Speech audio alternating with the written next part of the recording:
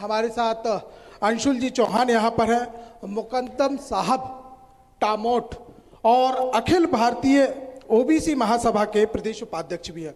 साहब आपका बहुत बहुत स्वागत है।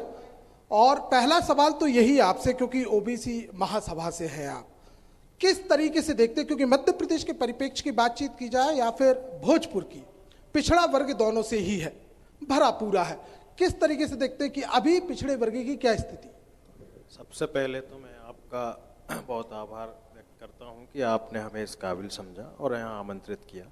बाकी रही बात पिछड़ा वर्ग की, तो मुझे लगता है इससे पहले भी पिछड़ा वर्ग के लिए बहुत कार्य किए गए हैं और भी अदर वर्ग जो हैं उनके लिए भी। अभी भी कल हमारे संगठन ने राज्यपाल जी को 27% आरक्षण को लेकर जो मुद्दा है उसके लिए भी ज्ञापन सौंपा है।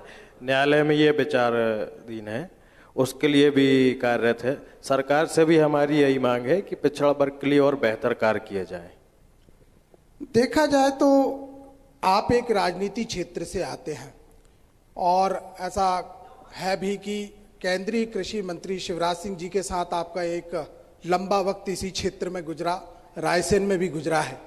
वो भी पिछड़े वर्ग से, आप भी पिछड़े वर्ग से। और बात अगर मुद्दों की जाए तो अभी आपने कहा कि बहुत कुछ करना बाकी है। क्या देखते हैं, क्या सपने हैं, क्या किया जाना बाकी है? देखिए, पिछड़ा वर्ग के लिए तो बहुत सारी चीज़ें हैं, अहम भूमिकाएं हैं। सबसे पहले तो आज भी देखा जाए तो हमारा संगठन जो है 27% आरक्षण को लेकर जो अभी भी लगातार प्रयासरत है, जो मैंने अभी कहा कि न्यायालय में भी विचाराधीन है। सबसे पहले सरकार से यही मेरी मांग है कि इसको आप पूर्ण रूप से पिछड़ा वर्ग के पक्ष में रखें और पिछड़ा वर्ग के जो पूर्ण रूप से अधिकार है, वैसे तो आपने देखा होगा जिसकी जितनी हिस्सेदारी उसकी उतनी भागीदारी, लेकिन कहीं ना कहीं वो पूर्ण रूप से नहीं है।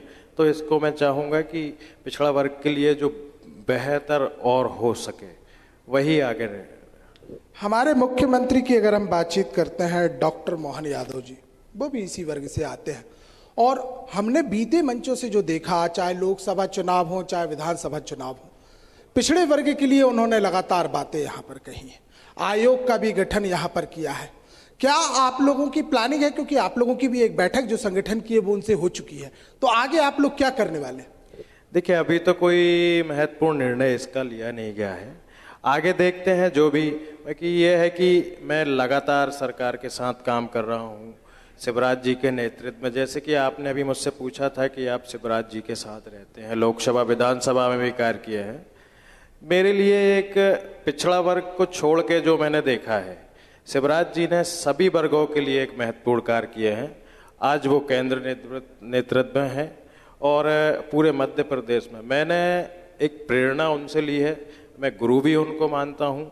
हाँ, हो सकता है पार्टी में मेरे सबसे प्रिय नेता वो हो सकते हैं, लेकिन करीबी और कार्य करना एक अपना अपना अनुभव होता है।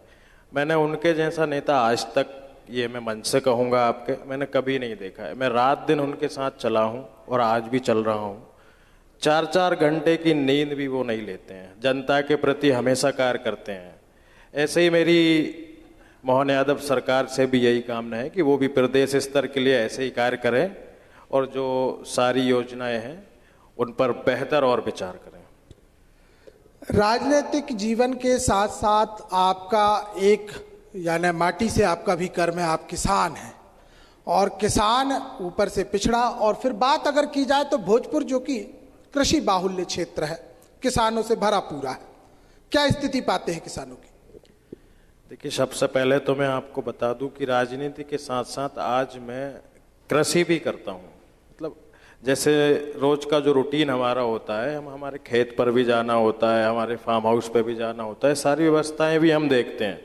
अभी वर्तमान में मैं खुद स्थिति से जूझा हूँ। किसान की स्थिति थोड़ी सी निंदनीय तो है, उसे बेहतर करने की सरकार को और आवश्यकताएं हैं। आज हम किसान की आय को लेकर दुगनी जो हम बात करते हैं, आय दुगनी हो, मुझे कहीं ना कहीं ये उतना संभव नहीं लगा है अभी। आज किसान को आप देखें तो रात दिन जागकर मंडी व्यापारियों की ओर पास जाता है। आज धान का जो रेट है वो लगभग 2500 से 3000 के बीच में मुझे नहीं लगता। और पिछली बार से आधा है, लेकिन आय सेम है, आय दुगनी हो रही है। खाद बीज की किल्लत के बीच में अभी मुझे कई लोगों ने बोला, मेरी खुद की सोसाइटी जो लगती है, क्योंकि हम लोग बाहर रहते हैं, कार्य करते हैं, नेता के साथ दौरे पे होते हैं कई बार, तो स्वाभाविक सी बात है कि गांव के लोग, क्षेत्र के लोगों की एक मांग तो होती है कि उनके लिए बेहतर हो सके। वो हमसे ही इन सारी चीज़ों की उम्मीद रखते हैं। तो ये समस्या अभी भी हैं। किसानों के लिए तो और बेहतर करने की आवश्यकता है। किसानों की स्थिति को मुझे लगता है कि बहुत ज़्यादा जो है अभी भी, क्योंकि सबसे मैं देखता हूँ निंदनीय स्थिति किसान की दिखती है आज के समय में। उसके लिए कोई वो नहीं है। राजनीतिक जीवन है तो निश्चित तौर पर लोगों का संवाद होता है, और संवाद होते हैं तो मुद्दे और समस्याएं भी निकल जाती है। अब आपसे एक इतर और प्रश्न मैं यहाँ पर समझना चाहता हूँ। राजनीतिक जीवन में भी हैं, किसान भी हैं, युवाओं का राजनीति में जिस प्रकार से जो प्रवेश अभी दिखाई दे रहा है, चाहे हम देखते हैं कि सभी दल इस वक्त युवाओं पर बड़ा फोकस कर रहा है, क्या लगता है कि मध्य प्रदेश समेत भोजपुर में एक मंच मिलेगा युवाओं के लिए राजनीति में प्रवेश के लिए, विकास के लिए, सकारात्मकता के लिए? सबसे पहले तो आपने जैसे कहा कि युवाओं का जो भविष्य है राजनीति को लेकर, देखिए युवा आज अपनी पूरी ऊर्जा और शक्ति के साथ हर पार्टी के लिए कार्य कर रहा है, लेकिन कहीं ना कहीं आपने देखा होगा युवाओं को पीछे रखा जा रहा है। ये आप स्वयं भी देख रहे हैं, ये आपके मंच के माध्यम से मैं कह भी रहा हूँ। आप टिकट का कार्य देख लें, आप परिवारवाद देख लें, मैं खुद भी देख रहा हूँ। बेटे का टिकट काट के पिता को देना, पिता का टिकट काट के बेटे को देना। आप मुझे बताइए, पूरी विधानसभा में, मध्य प्रदेश में, लोकसभा में बहुत सारे ऐसे युवा हैं जिन्होंने अपना खून पसीना बहाया, सब कुछ किया, लेकिन आज भी उनको कोई मौका नहीं है।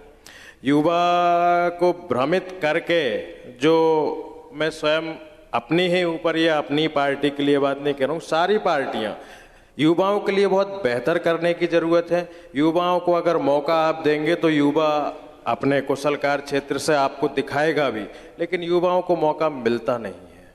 जिस स्तर पर युवाओं को मौका मिलना चाहिए वो मौका आज नहीं मिलता है। अगर हम टामोट की बातचीत करते वहीं से आते, और आप तो अपने नाम के पीछे भी टामोट लगाते हैं, औद्योगिक क्षेत्र के रूप में विकसित हो रहा है, बहुत आगे बढ़ रहा है। यूं कहें कि मंडीदीप से बहुत ज्यादा 19-20 का फासले में अब बहुत ज्यादा पीछे नहीं होगा। क्या योजना है, क्या किस प्रकार की प्लानिंग, क्या लग रहा है कि 10 सालों में भोजपुर बहुत बदला है, टामोट भी बदलेगा, औद्योगिक क्षेत्र के रूप में और विकसित होगा? सबसे पहले तो जैसे कि आपने कहा कि नाम के पीछे मैं तामोट लगाता हूँ, तो ये एक मेरा जीवन वहाँ से बीता, मैं जन्म मेरा वहाँ हुआ, मेरे जो पूर्वज रहे, सारी चीज़ें रहे। आपने जैसे मुझे मुकद्दम साहब के नाम से भी नवाजा, ये एक मेरे लिए गर्व की बात है कि मैं एक ऐसे घर में जन्मा हूँ। और आज मुझे बड़ी खुशी होती है कि मैं इतनी कम उम्र में वहाँ का मुखिया हूँ। ये एक प्रशासनिक तौर से भी इससे गुजरना पड़ता है, सारी चीज़ें होती हैं इसमें, एक प्रशासनिक तौर से सारी प्रक्रिया के साथ एक गांव का मुखिया चुना जाता है। मुझे बड़ा गर्व होता है इस चीज़ के लिए।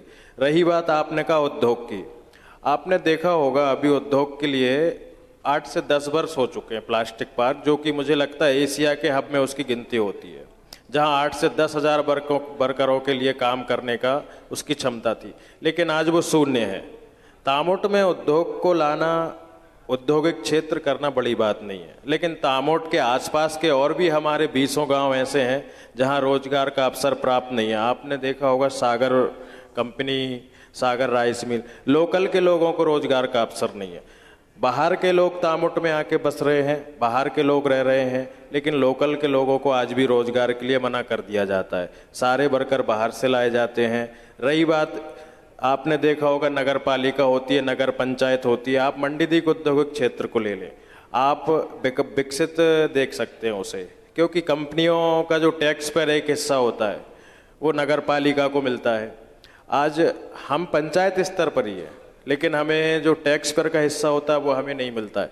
विकास के मामले में देखा जाए तो आज भी आप हमारा स्कूल का जो है, सबसे पहले तो शिक्षा का स्तर हमारा बहुत ख़राब है। मेरे ग्राम का अभी भी स्कूल की बिल्डिंग के लिए मैं खुद भी 10 साल से प्रयास कर रहा हूँ, जो कि कई बार घोषणाएं भी हुई हैं, लेकिन आज स्कूल की बिल्डिंग भी गिर चुकी है। रही बात जैसे अभी स्वास्थ्य की बात चल रही थी, मेरे यहाँ 15-20 साल से एक अस्पताल था, जो कि आज कागज में तो है, डॉक्टर तनख्वाह बराबर ले रहे, लेकिन वर्तमान में आप जाएंगे तो आपको सिर्फ जमीन मिलेगी। अस्पताल भी लगातार ऐसे ही।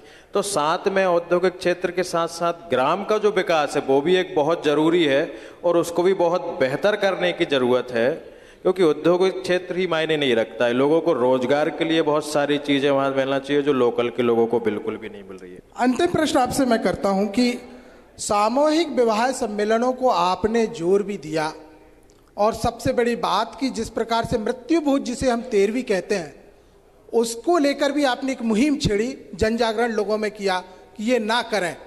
क्या कारण और कितनी मुहिम जो है वो आपकी पहुंची हुई? देखिए, सामूहिक विवाह का तो एक मुद्दा बिल्कुल सही है। सब मध्यम वर्ग के लोग जो होते हैं, किसान जो होते हैं, बहुत सारी चीज़ें होती है। आपने आज देखा होगा, लगभग हर रोज हम देखते हैं दहेज प्रथा के केस आ रहे हैं, बहुत सारी चीज़ें आ रही हैं, कई घर उजड़ रहे हैं। इस पे एक सरकार को भी महत्वपूर्ण निर्णय लेना चाहिए। सामूहिक विवाह हर समाज, हर वर्ग के लोगों को करना चाहिए, लेकिन आपने देखा होगा कई लोग ऐसे भी होते हैं जो इन सब का निर्णय नहीं मानते। मैंने तो कई समाज में ऐसे लोग भी देखे हैं जो समाज का निर्णय भी करते हैं, लेकिन समाज के लिए वो चीज़ें, रूल्स जो होते हैं उनको फॉलो कराते हैं, लेकिन वो लोग नहीं मानते हैं उस चीज़ के लिए। लेकिन सामूहिक विवाह के लिए सभी समाज को एकत्रित होकर करना चाहिए, जिससे एक पिता का भार और एक परिवार की जो आय होती है वो भी एक सुरक्षित आय उनकी बची रहे, क्योंकि आजकल जो सारी चीज़ें हो रही है मांग के साथ, एक परिवार पर बोझ बनता है। बहुत बहुत धन्यवाद साहब आपका। तो देखिए, अलग अलग शख्सियतें हैं, अलग अलग बातें हैं, और क्योंकि एक राजनीतिक क्षेत्र से आते हैं, बड़ी बेबाकी से हमारे सामने चौहान साहब ने अपनी बात कही, अपने क्षेत्र को कहा।